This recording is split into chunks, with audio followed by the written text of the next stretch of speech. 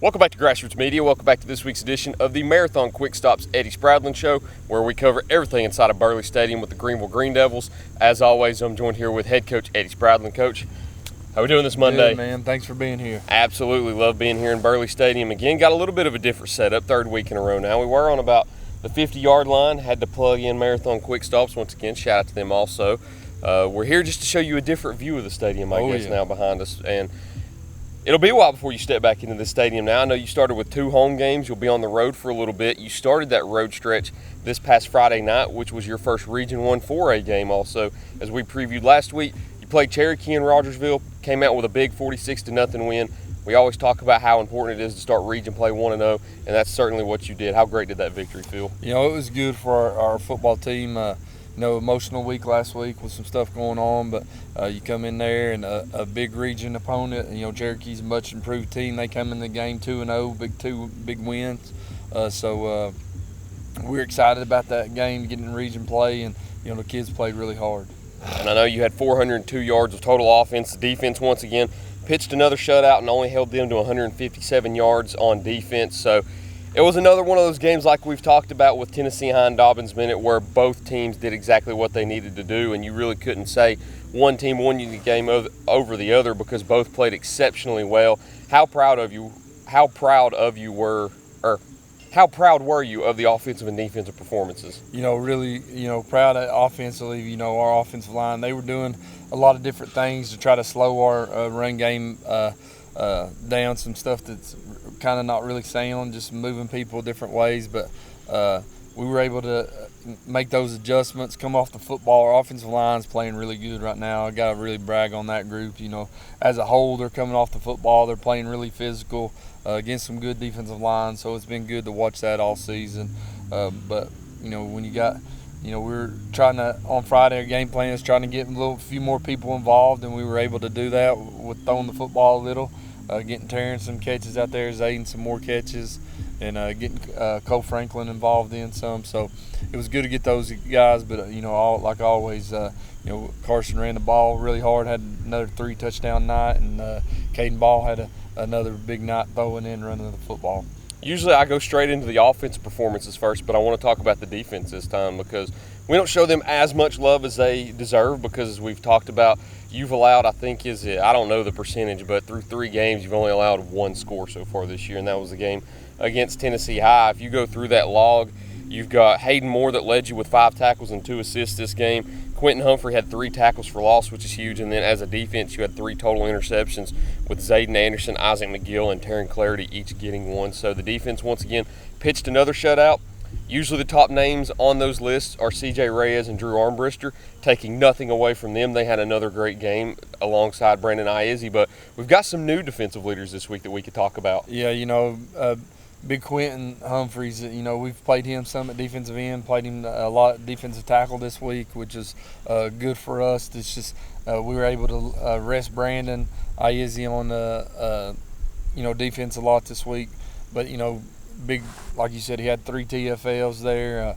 Hayden Moore's a guy that stepped in there for an injury, continues to keep on playing. Jackson Nichols come in there and play really good at linebacker as well. Like you said, in the secondary, we had 3 interceptions. Anytime you can get that, that's a big night for us. So threw the ball, did a good job breaking on the ball.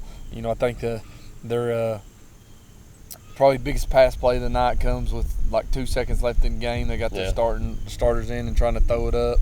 But other than that, I thought we played really good defensively. They tried to get into a power set and just line up and ram it at us, but we did good with handling that as well. And we had we caused a couple fumbles that we didn't get on, which was, we got to get on those things, but it's nice seeing those guys, like we talked about before, the stuff we're working in practice, we're translating to the game field. More exceptional performances on offense also. We talked about Carson Quillen having another trio of touchdowns. You had Caden Ball with another exceptional game. Finding Zayden Anderson for a few receptions also. He was 6 of 9 in the passing game for 137 yards, had 100 rushing yards again, had 101 exact, and then 3 total touchdowns. Carson Quillen, 8 rushes, 73 yards, didn't get the yards that we're used to like he did against Dobbins Bennett, but still 3 touchdowns is another amazing performance. Yeah, he had a 75-yard touchdown called back for a ridiculous holding call, but Seems like that's happened a few too many times this year. Yeah. But go ahead and talk about their performances again. I know each week we sit down and talk about them individually, and about the same thing is said just because of how exceptional they are on the football field, but they're really becoming one of the most lethal duos in the state so far this year through 3 games. Yeah, you got as hard as Carson runs the football, he just played the first half the other night in that game and took him out after that. And, they're trying to stop him. They're sending a defensive end off their one side just trying to stop him, which, gave us opportunity. Caden pulled the football and get some big yards. Caden had another performance of running the football really hard. But like I said, when you get 2 guys that are going to both rush for 100 yards every night, you got a chance to be pretty successful in the run game, and all that just opens up our passing game. We were able to hit a Zayden Anderson on a deep ball. We missed the deep ball with Terry and Clarity was open. We missed that throw, but we were able to stretch the field, which is good for us. And then you talked about Zayden getting a touchdown. We talked about Carson and Caden, but one other that got into the end zone late in the games. You had Maddox Bishop get a touchdown also. Yeah, Maddox come in there in the second half, play a little running back. Obviously it's a running clock, so we're not playing many guys that are starters much in that second half, but we did one drive with that starting offense. He did come in there and made a really good run that got him in the end zone, which was nice to see. One of the things you talked about at the beginning of the season in our preview interview was you said, once again, your goal is to be Region 1 4A champs. These seniors, as we talked about last week, they're 3-time defending champions. They want to finish their high school careers as 4-time champions without ever knowing how it feels to not win a conference championship. So far, they've started out 1-0. They did the job they needed to do last week. How do you think they feel after picking up that first win? It was good just to see, playing a region team to, they're excited about that, and we'll continue to build off that. But like you said, we want to continue to be 1-0 each week, and our ultimate goal right now is to be Region 1 4A champs, and you got to win those region games to get there. So it's nice to get a big region win on Friday night against a good Cherokee football team, a Cherokee team that will be a playoff team for our region. And they're much improved also. We talked about that last week. They were coming into the game 2-0.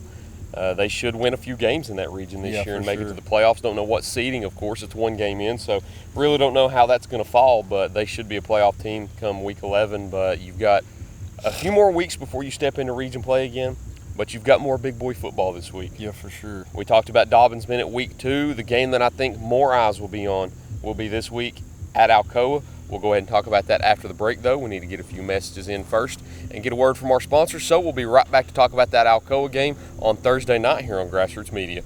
Pizza Inn offers contactless buffet to go with JoJo's Family Feast or anything on our menu for carryout. We also honor birthday parties and cater to businesses and large events. We make it easy. Call us today. Pizza Inn Greeneville. Bayleton Drug Company services the surrounding communities of Bayleton with excellent patient care using a full-line pharmacy, over-the-counter selections, and a convenient drive-thru. When you visit us, you are treated as a neighbor, not a number. It's not just our slogan, but our culture. We're investing in our patients, local schools, and community. For over 5 years now, we have established ourselves as an independently family-run pharmacy that isn't driven by corporate goals. We are driven by what is best for your overall health and wellness. We're conveniently located so you don't have to make the drive. Prescription drugs are just the tip of the iceberg.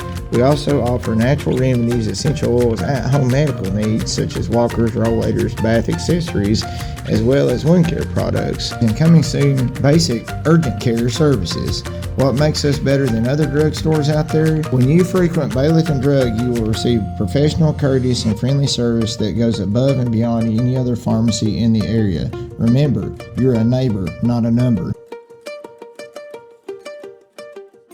Pizza, pancakes, or donuts, the Davy Crockett Travel Center in Bayleton has the cure for all your cravings. While you're there, shop our general store for souvenirs, gifts, and cellular accessories. In a hurry, grab a cold drink and a hot dog to go. Check us out on Facebook and come to Bayleton.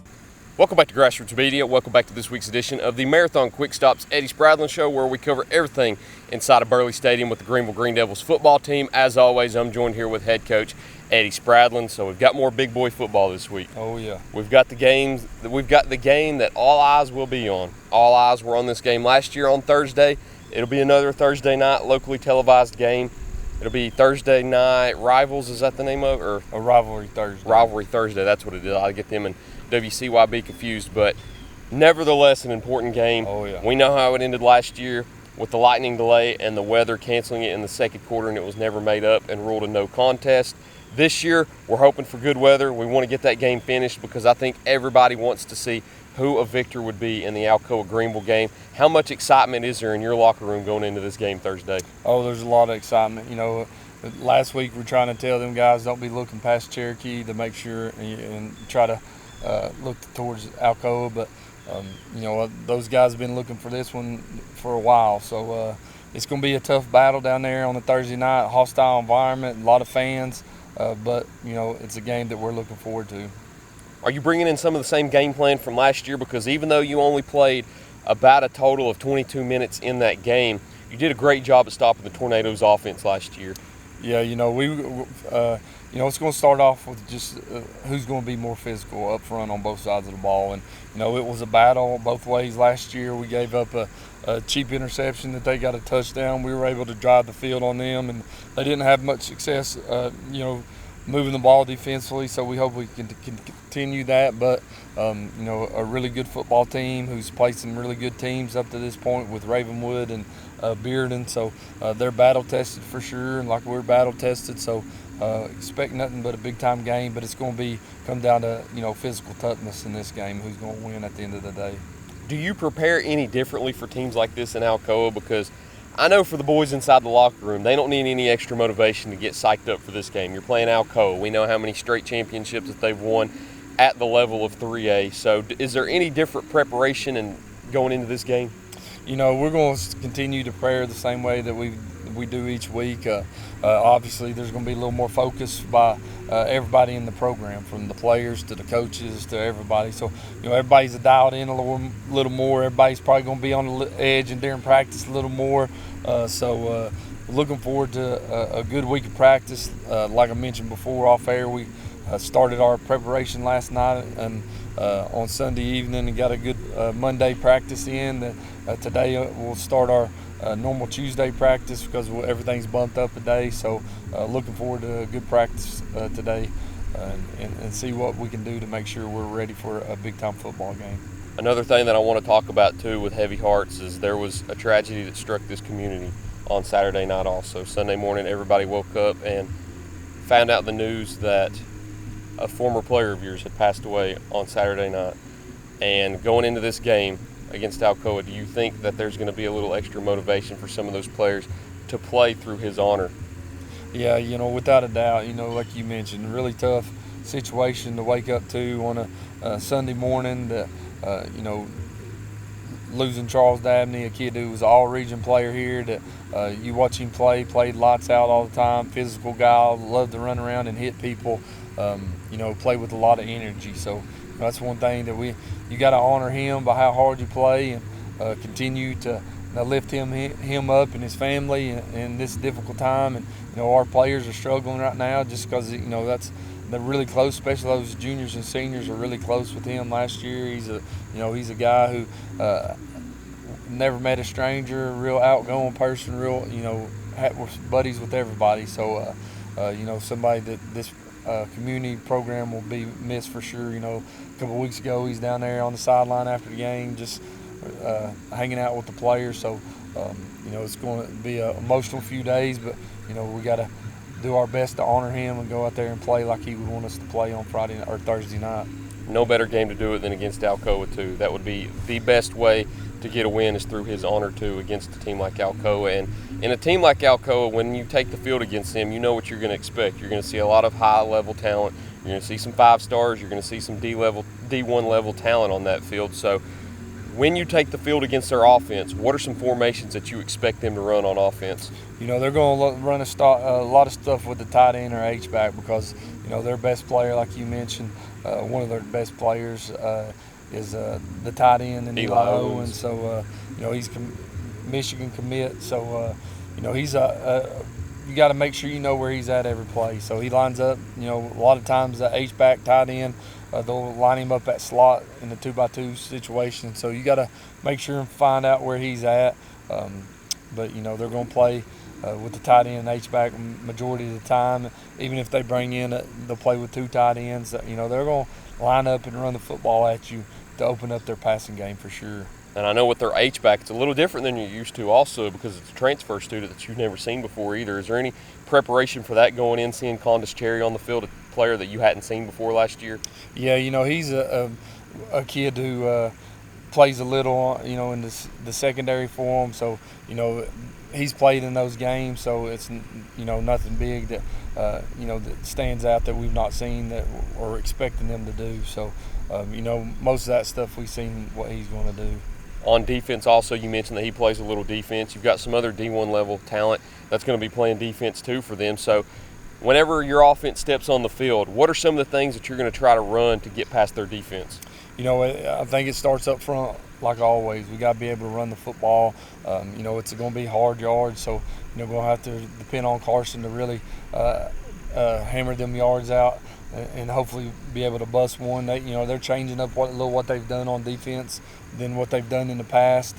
So a little more 3-3 stuff, and then they've been traditionally a 3-4 stuff. So a little different look than we've seen in the past. But it comes down to we got to be able to line up and run the football and open everything else up for our offense. Locally televised again this year. You had it against Dobbins Minute. You've got it against Alcoa now. When those kids hear locally televised games, do they get a little more excited knowing that they'll be on TV? You go into a game like this against a big time program, and then you say it's going to be on TV. It ups it a little more. The atmosphere is even more, and the energy from the players, and everybody wants to be seen on TV for sure. And it'll be one of those games too when it comes down to scouting. I think that'll be one of the main games that a lot of scouts look at because it's arguably two of the best teams or the best team that both of y'all might see this year. Yeah, if you want to be seen by some college scouts, this is the best opportunity for you so far up to this point so far this year. So, great opportunity for our football team, but it's going to be a big-time challenge that, if you don't go down there, get your mind right, and playing as hard as you can play, it could get ugly fast against good teams like that.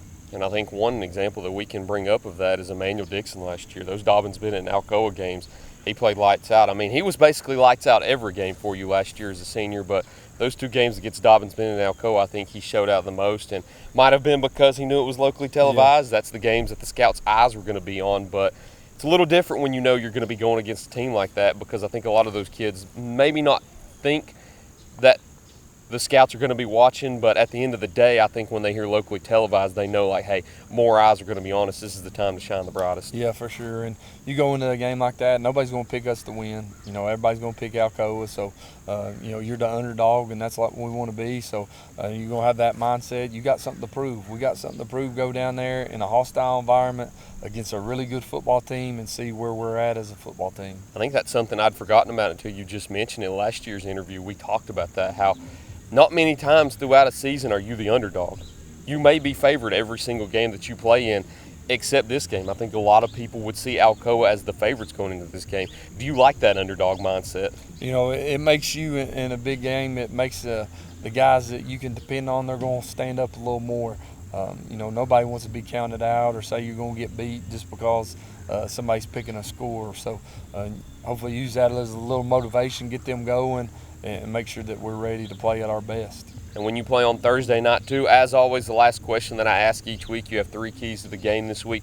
What are they when you take on the Tornadoes? One of the big ones is I feel like their best player is their quarterback. You got to be able to contain him. He's going to get some big runs. He's going to throw some balls, but you can't let him have a 100-plus yard rushing night on you because you're not playing your responsibility. So that's got to be a big one. The second goal, and you got to make sure that you're running the football. We've got to be able to run the football against them, and it starts with our offensive line. We got to make sure that we continue to get our responsibilities, get the guys we block, and we got to come off the ball. And it's got to be Carson getting hard yards and Caden taking opportunity when his number's called, making sure he gets the most. And but it's going to come down to how tough we run the football on Thursday night. And then finally, we got to make sure we're not turning the football over in a big game like this. If you got to punt, you got to punt. You just can't give up big turnovers by trying to make too much happen. You got to be smart with the football in a big game like this. Yeah, in a game like this, the possessions matter a little bit more. Yeah, for sure. Because you don't know what the other team's going to do. If you miss one possession and go fruitless in that possession, they could go down and score, and could have scored the beginning or the possession before too. So I'm excited for this game. I know you're going to be excited for this game, sure. and I know everybody else will be, because when you see the schedules at the beginning of every year, I think that Greeneville Alcoa is the game, the one that you circle a little bit more. Of course, you've got the Dobbins-Bennett game that you circle, the West game that you circle, the Elizabethton game. Those are rivalry games. Those are games that are always played, but when you see Alcoa and Greeneville, it's a game that you've never seen before. Yeah. So whenever you see those, of course, last year, I think everybody wants to see a conclusion to this game because everybody was unhappy with how the game ended last year. So hopefully, knock on wood, we don't have any around here, but hopefully we get to see a conclusion this year. Hopefully we get to see a Green Devil win on Thursday night. Sure. That would be awesome. And our goal is we're going to go down there to win this game, but we're going to be a better football team for playing games like this that'll help us down the road. But we got a chance if we play our game that we're going to be right in there. It's going to be a 4-quarter game, and hopefully the Devils come out on top. I hope so too. Unfortunately, it won't be at Burley Stadium this year, so as always, if you're going to the game, leave early. We cannot stress it enough. Please leave early. Get there on time. If you've been to Alcoa, there's not much parking. We talk about there might not be much parking here. It's the same at Alcoa. There's not much parking around that area, so get there early. If you can't watch it, of course, it'll be locally televised, so you can watch that game also. I think News Channel 6, but I think that's what it is. Everything's so different nowadays with streaming and local cable television. You can find it on YouTube and rivalrythursday.com. So yeah, there's multiple places that you can watch it too. I'm sure it'll be listed on multiple publications, so you'll be able to find it. But, Coach, until then, best of luck on Thursday when you take on Alcoa. Man. Go Devils. Absolutely. Thank you all for watching this week's edition of the Marathon QuickStops Eddie Spradlen Show. We look forward to seeing you all next time here on Grassroots Media.